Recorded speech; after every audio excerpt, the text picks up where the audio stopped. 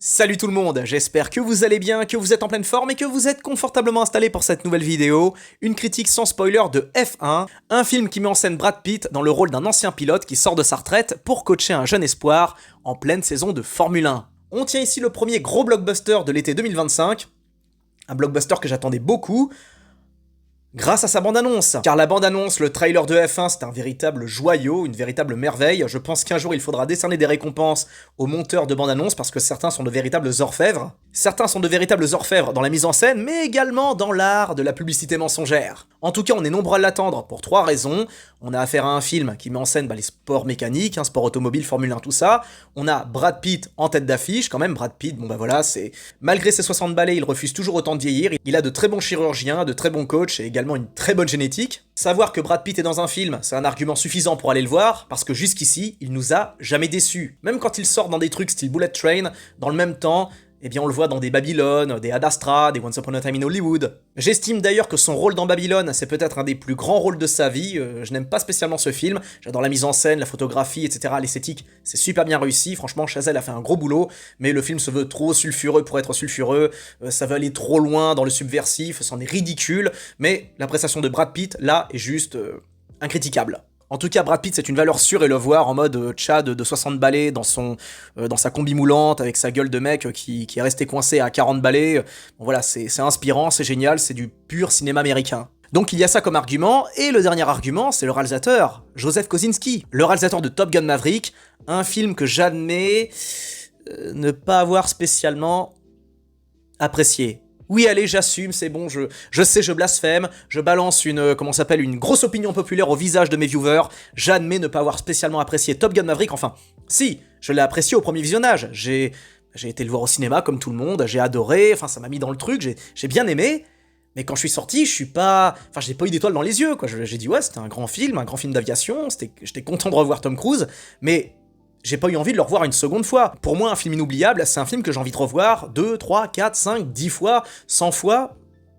Et Top Gun Maverick, excusez-moi, je l'ai vu une fois.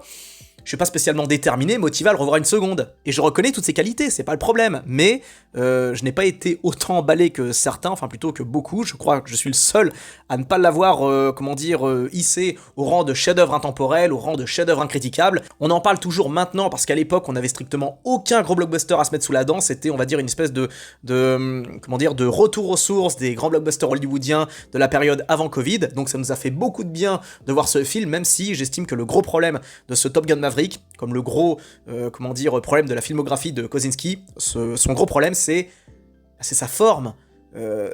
La forme de Kosinski, sa vision du cinéma, elle est très froide, très aseptisée. Kosinski, c'est un petit peu, j'ai envie de dire, l'enfant bâtard de Christopher Nolan et Denis Villeneuve. Il a une mise en scène très standard, enfin, quand je pense à ces films, je sais pas, je pense à un décor Ikea, je pense à des décors en Islande, je pense à des trucs comme ça, quoi. Je vois du gris, je vois des couleurs ternes, sobres, même quand il essaye un petit peu de rendre le décorum, chaleureux, comme on voit la scène de la plage, tout ça, il y a un côté crépusculaire. Ça me dérange beaucoup ce style-là personnellement, parce que moi j'aime bien quand il y a de la vie, quand il y a du dynamisme, quand il y a de l'énergie, quand il y a de la vitamine, par exemple. Petite parenthèse, par exemple, ce que j'adore dans Top Gun, premier du nom, c'est son esthétisme. Il y a un côté très... pas années 80, c'est intemporel. Top Gun aujourd'hui est toujours aussi beau. On a l'impression qu'il a été tourné la semaine dernière tellement visuellement il est irréprochable. Moi ce que j'aime là-dedans c'est l'énergie, c'est les couleurs, c'est beau tout simplement, c'est un décor de carte postale, ça sonne blockbuster estival. Or, Top Gun Maverick et également tous les autres films de Kosinski, c'est un peu froid, quoi. Et moi, personnellement, j'ai un peu de mal. Et paradoxalement, j'ai préféré, j'ose le dire, Top Gun Maverick au Top Gun d'origine, qui est un scénario vraiment nanardesque, quoi. Même au niveau des dialogues, surtout la version française, ça fait beaucoup de mal, quoi. Ce que j'aime dans le premier Top Gun, c'est l'esthétisme et rien d'autre, quoi. La photographie, tout ça, c'est très beau, c'est un clip MTV étalé sur 1h30, 2 heures. Et Top Gun Maverick, j'ai bien plus apprécié, mais... ça restait trop froid pour moi, quoi. Je suis beaucoup trop latin, je pense, pour ce genre de cinéma. Bon bref, excusez-moi pour la digression, mais il fallait que je parle de... Enfin, il fallait que ça sorte, il fallait que je le dise, et c'était le bon moment. En tout cas, j'espérais voir avec ce F1 quelque chose dans la pure tradition de ce Top Gun Maverick, mais en augmenté, en amélioré. J'espérais que Kosinski répare ses quelques erreurs dans son Maverick en apportant une certaine forme de... enfin, en apportant une touche un peu plus visuelle, un peu plus chaleureuse, voilà ce que je veux dire, une tonalité plus chaleureuse, et ça a été le cas. Et j'ai envie de dire que c'est presque la qualité principale de ce F1. Car on tient ici, pour moi, l'une des plus grosses déceptions de l'année. Pas un des pires films de l'année, loin de là, faut pas déconner, mais une des plus grosses déceptions. Et j'admets que Brad Pitt ici nous sort peut-être pas sa pire prestation, mais pas la meilleure non plus. En fait, le problème de ce F1, c'est que c'est une véritable parodie. Une parodie de film de course, une parodie de film de Formule 1. Enfin, je crois pas qu'il y ait eu beaucoup de films de Formule 1 à proprement parler, mais voilà, film de course, film de circuit. Enfin, moi, il m'a beaucoup rappelé, désolé pour l'insulte, mais il m'a beaucoup rappelé Gran Turismo, celui de 2023. En fait, pour vous résumer, F1, c'est Gran Turismo mixé avec Top Gun Maverick. Tout simplement. On a le cheminement de Top Gun Maverick avec les mêmes éléments, les mêmes gimmicks, j'ai envie de dire, de Gran Turismo, pardon. Et c'est ce qui fait que ce film, je pense, vieillira mal parce que il a pas de personnalité, quoi. C'est un mix de ce qu'on a déjà vu 150 fois, avec en plus un gros coup de pub non-stop. J'ai mis l'impression que les studios se sont littéralement mis à plat ventre devant les sponsors. C'est une pub géante pour Ferrari, pour Red Bull, pour Calvin Klein, Tommy Hilfiger ou je sais pas quoi, enfin pour toutes les grandes marques, c'en est gênant presque par moment, quoi. C'est ça aussi qui m'a toujours dérangé plus ou moins déjà dans les sports automobiles, c'est qu'on voit les sponsors partout, même chose dans le football, on sent le pognon, on sent les marques, tout ça, et bien dans les sports automobiles c'est la même chose, et plutôt que de justement gommer tous ces trucs un peu pénibles que l'on voit dans les courses, tout ça, donc à savoir les pubs, les logos, les grandes marques, machin, et bien non, là on vous les met en pleine gueule, quoi, non-stop, vous voyez, la marque Mercedes, la marque Red Bull, la marque, toutes les marques qui passent, quoi, Ferrari, c'en est indigeste au bout d'un moment, quoi. Je me disais, mais attendez, mais c'est quoi? C'est un film ou c'est un coup de pub? Et attention, on parle pas d'un film qui dure 1h30, 1h45, à savoir une durée raisonnable pour un film normal. Non, les gars, on a changé d'époque, on est en 2020, et maintenant, les réalisateurs, ils ont une nouvelle lubie, c'est faire en sorte de faire durer leur film au maximum, dépasser les 2h, 2h20, 2h40, voire même les 3h par moment, je veux dire, mais... Enfin, ce film était interminable. F1 dure 2h40, quelque chose comme ça, mais c'était... Ça n'en finissait jamais, quoi. Le film aurait dû durer 1h30, 1h45, une durée normale. Or, j'ai bien l'impression, c'est mon coloc qui me l'a rappelé, lui, il pense que, pour lui, les films sont de plus en plus longs parce que le cinéma cherche à copier un petit peu le format série télé. Donc, on en étale encore et encore et encore, et on garde le cul du spectateur vissé sur le siège le plus longtemps possible. Moi, personnellement, j'en peux plus. J'en ai marre de ces films interminables. Sortez-moi des films avec des durées normales parce que on a une vie à côté, on n'a pas que ça à foutre que de passer 2h, 2h30, 3h en salle. Si encore ce serait pour des films style Le Seigneur des Anneaux, je comprendrais, pour des grandes épopées, des péplums, des trucs comme ça, ok, des biographies de dingue, je sais pas, sur Alexandre le Grand, sur Jules César, pourquoi pas. Sauf que là, on parle de blockbuster, quoi. On n'a pas besoin que ça dure autant, quoi. Surtout quand ça a un fond aussi vide, parce que le fond de F1 ne vous apportera strictement rien. Vous avez déjà vu ça 150 fois. Encore une fois, je le redis, c'est un mix entre Gran Turismo et Top Gun Maverick. Rien de plus. Et malheureusement, Brad Pitt ici, j'ai peur vraiment pour la suite de sa carrière, mais il amorce la même tangente que Tom Cruise. Tom Cruise a démarré un petit peu avant lui. Alors, Tom Cruise a toujours eu le melon, on le sait. Parce qu'on compare souvent Tom Cruise et Brad Pitt, parce que c'est deux potes, ils ont démarré à peu près en même temps, tout ça. Et ces deux icônes de leur génération. Les deux ont eu à peu près la même stratégie. Dans leur jeunesse, comme c'était des beaux gosses, Pussy Slayer, tout ça, ils ont surfé à fond sur le côté rôle à contre-emploi, donc... Tom Cruise a joué dans beaucoup de films d'auteur, tout ça, Né un 4 juillet, Rain Man, des trucs comme ça, des films pas spécialement spectaculaires, beaucoup de dialogues, beaucoup de, de mise en abîme au niveau des personnages, et Brad Pitt, lui, comme c'était vraiment le giga beau gosse de l'époque, il s'orientait vers des rôles borderline, comme on a vu par exemple dans California, où il joue un redneck psychopathe, également dans L'Armée des 12 singes, où il joue un taré dans un asile, il a enchaîné des rôles qui le tiraient un petit peu vers le bas au niveau de sa carrière, il a été intelligent, il a pas surfé à fond sur son côté beau gosse, machin, pour ranker un maximum dans des films d'amour ou des trucs comme ça. Non, il l'a joué vraiment intelligent en proposant des rôles à contre-emploi avant de revenir sur le devant de la scène, pour revenir sur le devant de la scène dans des rôles, plus dans des blockbusters, des films d'action, tout ça. Donc ils ont tous les deux un cheminement qui est assez similaire. Le truc c'est que Tom Cruise, lui, il a un melon qui est quand même assez considérable, parce que on l'a bien vu dernièrement, notamment avec quand il a commencé à bosser avec Christopher McQuarrie via Jack Reacher. Alors là c'était Tom Cruise, quoi. Il avait déjà eu, il a toujours eu la grosse tête, mais ça s'est amplifié dans les années 2010, notamment via les Missions Impossibles, qui étaient relativement correctes, très bons même, notamment Fallout. Mais là on l'a bien vu avec le dernier Mission Impossible, mais c'est 3 heures non-stop de Tom Cruise, quoi. C'est que ça, pendant 3 heures, c'est Tom Cruise, Ethan Hunt, mais c'est la même chose. Tom Cruise, Ethan Hunt, c'est le meilleur, c'est le plus fort, c'est le plus grand, c'est le plus intelligent, Et malheureusement, j'ai peur que Brad Pitt embrasse cette voie. Parce que c'est un acteur, hein, il veut être sur le devant de la scène, il veut se montrer, c'est normal, c'est leur boulot, et on les aime pour ça, on veut ça, mais il y a façon de faire, et façon de faire. Et la façon de faire de Pitt, là, Alors après, c'est peut-être pas spécialement de sa faute, parce que, attention, Brad Pitt ici, c'est un ultra tchad, il est toujours autant beau gosse, toujours aussi parfait, toujours aussi charismatique, toujours aussi classe, toujours aussi exemplaire, mais le truc, c'est que je pense que c'est la mise en scène de Kosinski, pour le coup, qui a tendance à forcer tous les bons éléments de Brad Pitt au point de le rendre cliché, quoi. C'est-à-dire que Brad Pitt, à chaque fois qu'il apparaît, il sort une petite punchline, il a toujours son sourire ultra bright. Moi, ça me dérange ces films où on voit constamment des personnages sourire, quoi. Pourquoi vous souriez, quoi, les gars, quoi. Surtout vos blagues, elles sont pas spécialement dingues. Il y a jamais de politiquement incorrect. C'est toujours, c'est standardisé à fond. Mais les mecs, enfin, il y a un truc qui va pas, quoi. Il y a quelque chose de standardisé, de froid, d'aseptisé, de propre à l'époque, j'ai envie de dire. Et Brad Pitt ici m'a déçu, quoi. Il est toujours aussi beau, encore une fois, je reviens là-dessus, c'est un véritable exemple. À 60 balais, il est toujours aussi athlétique, toujours aussi sec, toujours bien gaulé, tout ça.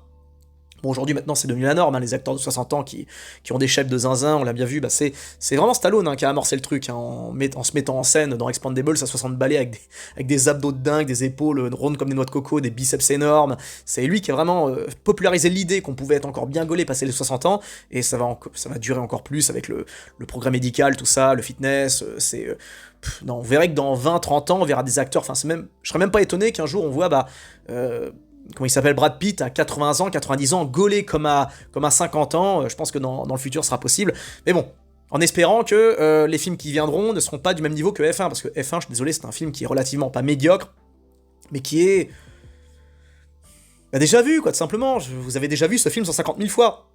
Je pense que pour un gamin de 20 ans qui découvre le cinéma, ça peut être parfait, parce que ceux qui n'ont pas encore découvert des films sur la Formule 1, des films de course, tout ça, des films qui mettent en scène un mentor un peu rock'n'roll, un peu old school, qui coach le nouveau, de la nouvelle génération, machin. Bon, pour ceux qui n'ont encore jamais vu ce genre de film, ça peut le faire, mais pour le reste des gens, le reste des amoureux du cinéma, ça coince un peu, parce qu'on a affaire, effectivement, qu'il y a une succession de clichés.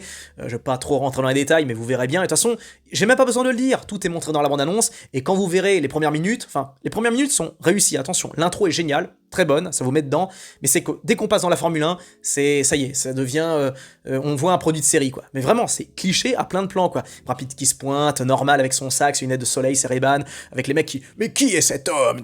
Et puis le mec, il arrive, hop, petit sourire, machin, il drague tout le monde, enfin, c'est... Oh, pitié. Donc je sais pas trop sur qui mettre la faute, la mise en scène de Kosinski, je pense qu'il y est pour beaucoup, parce que il nous a déjà fait ça pour Top Gun Maverick, ou alors Brad Pitt qui a vraiment, qui est peut-être en crise de la soixantaine, hein. Peut-être que le gars il se dit bon merde, ça y est j'arrive un petit peu sur la fin, faut que je continue à concurrencer les jeunes loups, donc je veux rester au top, donc arrange-toi pour me rendre le plus beau gosse possible, enfin... Pitt, t'as aucun problème, hein. Même en étant normal, tu surclasses de très très loin le gros des acteurs qui ont moins de 40 ans, enfin parce que c'est vrai qu'en face on a rien, quoi, on n'a pas de... On a Austin Butler à la rigueur qui peut peut-être, être... Enfin pour moi Austin Butler c'est le Brad Pitt de sa génération, on verra bien comment ça va se goupiller pour la suite, mais on n'a rien d'autre, on n'a rien en face, quoi. Timothée Chalamet je l'aime bien, mais il pourra jamais faire l'affaire, quoi. Comparer Pitt au même âge, c'est pas la même intensité, c'est pas le même jeu, c'est pas la même... C'est pas le même... C'est pas la même gestuelle, c'est trop différent. Et ce Maverick ce F1 m'a grave déçu à ce niveau-là. Donc au niveau de l'acting, c'est personne qui se foule, quoi. Ils sont tous corrects, sans être vraiment bouleversants. Il y a pas vraiment de scène qui sort du lot. Il y a pas de moment il manque ce truc, comme pour Top Gun Maverick en réalité. Ce sont des grands blockbusters, mais qui ne vont pas non plus vous retourner le cerveau, qui vont pas non plus vous traumatiser de bonheur ou je sais pas quoi, faut pas déconner. Et je précise bien que je ne suis pas aigri, non, je ne le suis pas, je suis normal, je suis juste, je veux voir du renouveau, je veux voir quelque chose qui dépasse ses limites. Or, ce F1 ne renouvelle rien, c'est un produit qu'on a déjà vu 150 fois dans d'autres genres. Et d'ailleurs, je pense que, il faut le dire, la F1, mais c'est inadaptable en cinéma, là on a la preuve, ça n'a aucun sens, parce que la F1 c'est très... Moi c'est pareil, personnellement je suis pas du tout un fan de F1, pour moi c'est un petit peu le tennis du sport automobile, quoi. C'est où on adore, où on déteste, c'est trop mathématique, trop géométrique pour moi, trop calculateur, et puis alors moi c'est... Un truc qui m'énerve, c'est vraiment c'est le déversage de pognon, quoi. Alors j'aime bien, on va vous saouler, vous, parce que vous prenez votre bagnole pour aller au boulot, etc. Il y a les écolos qui vont vous saouler parce que voilà, mon dieu, le bilan carbone, tout ça. Par contre, comment ça s'appelle, les sports automobiles où les mecs, ils roulent non-stop avec des grosses bagnoles qui consomment je sais pas, du 50 litres tous les 500 mètres, où les mecs, avant de concourir, il faut qu'ils fassent des entraînements, tout ça. Ça demande énormément de budget, énormément de moyens, énormément d'argent et évidemment énormément de pollution, quoi. Et quand je vois tout ça, je vois une certaine forme d'indécence, quoi. Je me dis, mais trop d'argent, trop de bling bling. Alors, c'est peut-être mon côté prolo qui parle, je sais pas, mais j'ai toujours eu du mal en soi avec la F1. Je veux dire, mon père regardait ça tout le temps, quoi, tous les dimanches, et moi je regardais, je comprenais rien, quoi. Enfin, je préfère le stock car qu'au rallye, quoi. Et j'aurais préféré voir justement un film qui met en scène des courses de rallye, des courses de stock car, des trucs qui se rentrent dedans, quoi, des trucs vraiment énervés. Parce que dans la Formule 1, les seuls moments où c'est bourrin, c'est quand il y a des accidents, et les accidents sont dangereux, quoi. C'est grave si vous avez très peu de chances de vous en sortir. Je comprends pas trop le concept de proposer de la Formule 1 au cinéma. Il faut que je revoie Driven avec Stallone, justement, qui est sorti en 2000. Le film s'était fait flinguer, mais j'avais vu quelques scènes et j'ai trouvé ça correct, quoi. Ça sortait du lot parce qu'à un moment, le mec, il se barre avec sa Formule 1 dans les rues, comment ça s'appelle, dans les rues de Las Vegas, je crois, et c'est impressionnant, quoi. Il roule avec sa Formule 1 à pleine balle, ça fait sauter les bouches d'égout, ça pète les vitres, il y a des scènes qui m'ont marqué. Ce film qui est considéré comme mauvais, il y a des scènes qui sont restées là. Or, F1, dans 2 jours, je l'ai oublié, quoi. Et bref, faut vraiment revisiter son rapport au film, hein. Pour moi, un film est bon quand vous vous en rappelez, quand il a laissé des marques ici. Alors, il y a des mauvais films qui laissent des marques, c'est sûr, mais il y a aussi des bons films qui vous laissent de bonnes vibes. Et moi, c'est ce que je veux voir au cinéma. Quand je vais voir un film, je veux m'en rappeler longtemps après le visionnage. Je veux que ça reste ici. Je veux que ça entretienne mon imaginaire. Or là, ce F1 va strictement rien laisser. Et c'est certainement pas la musique qui va relever le niveau, parce qu'il faut qu'on parle de la musique de Hans Zimmer. Alors ça déjà, je vois le scam direct, hein, parce que Hans Zimmer c'est un grand compositeur, oui, il a produit d'excellentes bandes-son, oui. Le truc c'est qu'aujourd'hui Hans Zimmer, c'est devenu un compositeur, qui se repose sur ses acquis. Et surtout les réalisateurs ne savent pas utiliser Hans Zimmer, parce que vraiment il y a un gros problème dans le cinéma aujourd'hui. C'est pour ça que je suis à fond pour l'IA, parce que l'IA va faire le ménage. L'IA va trouver comment refaire des bons films. L'IA va s'adapter aux époques, va s'adapter aux personnalités, va se dire, oula, toi t'as déjà vu ça, donc t'es habitué à voir ce genre de film, donc maintenant, on va te proposer un film qui est dans exactement ce dont t'as besoin. L'IA s'adaptera au mood. Or là, c'est vraiment nous qui devons nous adapter au cinéma. Avant, le cinéma s'adaptait au public. Le cinéma se disait, bon, le public, il veut ça, on va lui proposer ça. Maintenant, le cinéma impose ses conditions, et je trouve ça dégueulasse, quoi. En plus, le prix où on paye les billets, c'est juste indécent, quoi. Alors, vous payez 15-20 balles pour aller voir un film que vous avez déjà vu, mais en plus, vous êtes keblo pendant 2h, 2h30, 3h. C'est indécent. Donc, vite fait, pour revenir à la musique d'Hans Zimmer, Hans Zimmer, quoi, du bruit, du son, voilà, aucune musique vraiment exceptionnelle, il y en a aucune qui va vraiment vous marquer, moi il n'y en a pas une seule qui m'a... Pourtant je suis un amateur de musique, hein. Il y a des compositeurs que j'adore, Mark Isham, Clint Mansell, tous ces mecs-là, j'adore, mais Trent Reznor également, Atticus Ross, à chaque fois tous les deux ils font une bonne collaboration en général, mais là j'ai rien retenu, quoi. C'était juste du Hans Zimmer pour faire du Hans Zimmer et pour montrer que, vous avez vu, on a une bande son très pour un blockbuster estival, quoi. Ouais, bon, en tout cas, voilà mon avis sur F1, musique pas terrible, jeu d'acteur, à part Brad Pitt qui s'auto-parodie, tout le reste est oubliable. D'ailleurs, mention spéciale au doublage français qui était catastrophique, vraiment. Les films de Brad Pitt, moi je les mate qu'en VO, parce qu'il a une voix vraiment, la voix de l'américain, pas du Midwest, mais du Missouri, ou j'en sais rien, moi je connais pas, mais il a pas une voix il a une voix virile, quoi, il a une voix, qui porte, une voix qui à la fois vous séduit, et en même temps, c'est une voix qui séduit et qui impose en même temps. J'ai beaucoup de mal avec sa version française, et le reste de la version française, c'est insupportable. Et putain, est-ce qu'on va réussir à arrêter de prendre les mêmes doubleuses pour les personnages noirs? Parce que celle qui joue la mère du rookie, là, putain, mais c'est tout le temps la même doubleuse, quoi. À chaque fois qu'il y a une noire à l'écran, bim, on a toujours la même doubleuse. À un moment, changez, quoi. Vous pouvez pas prendre quelqu'un d'autre. Alors j'entends bien qu'il faut défendre les doubleurs, tout ça, mais putain, mais proposez-nous autre chose, proposez-nous d'autres doubleurs, quoi. C'est bon, arrêtez de constamment nous sortir les mêmes voix, sortez-nous-en des nouvelles, merci, c'est pas trop demandé, quoi. Et donc, le doublage français n'aide pas, surtout pour les scènes d'intensité et tout. Donc alors attends, qu'est-ce que j'ai dit? Musique, jeu d'acteur, doublage pour le côté français, et côté... D'ailleurs, même pendant le jeu d'acteur, Javier Bardem n'apporte rien de spécial. Ils sont tous là, il n'y a rien de... Et concernant le scénario, c'est vu, revu, revu. Le vieux briscard qui vient pour aider le jeune, pour l'aider à mieux piloter. Au début, tous les deux ils s'entendent pas, puis finalement après ils s'entendent. Waouh, c'est tellement original, quoi. On n'a jamais vu ça. Donc voilà, grosse déception, et bah, je m'attendais à tout sauf ça. Je pensais que j'allais être agréablement surpris parce que bonne poire que je suis, j'ai adoré la bande-annonce. Mais bon, je me ferai plus avoir. Désormais, je vais arrêter de mater les bandes-annonces de blockbuster parce que à chaque fois, c'est une déception, comme Mission Impossible, 28 ans plus tard, ça F1.